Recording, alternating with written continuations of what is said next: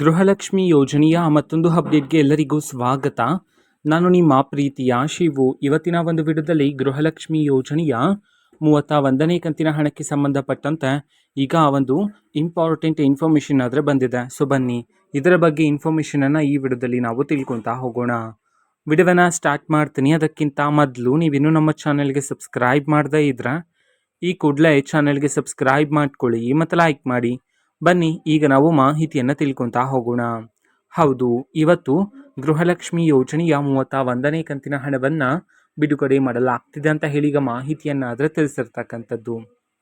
ಯಾವ ಯಾವ ಜಿಲ್ಲೆಗಳಲ್ಲಿನ ಮಹಿಳೆಯರ ಖಾತೆಗಾದರೆ ಇವತ್ತು ಗೃಹಲಕ್ಷ್ಮಿ ಯೋಜನೆಯ 31ನೇ ಕಂತಿನ ಹಣವನ್ನು ಇವತ್ತು ಬಿಡುಗಡೆ ಮಾಡಲಾಗ್ತಿದೆ.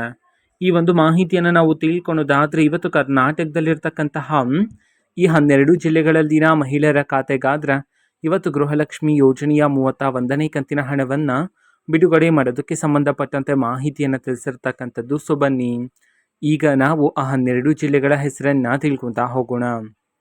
ಮೊದಲಿಗೆ ಬೆಂಗಳೂರು ನಗರ, ಬೆಂಗಳೂರು ಗ್ರಾಮಾಂತರ, ದಕ್ಷಿಣ ಕನ್ನಡ, ಧಾರವಾಡ, ದಾವಣಗೆರೆ, ಗದಗ, ಹಾಸನ, ಹಾವೇರಿ, ಕಲಬುರಗಿ, ಕೊಡಗು, ಕೋಲಾರ, ಕೊಪ್ಪಳ.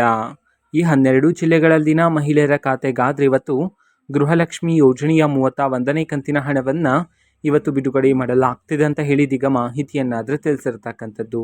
ನಿಮ್ಮ ಖಾತೆಗೆ ಇನ್ನೂ ಸಹ ಗೃಹಲಕ್ಷ್ಮಿ ಯೋಜನೆಯ 31ನೇ ಕಂತಿನ ಹಣ ಬಂದಿಲ್ಲ ಅಂತಂದರೆ ವೆಯ್ಟ್ ಮಾಡ್ತೀರಿ.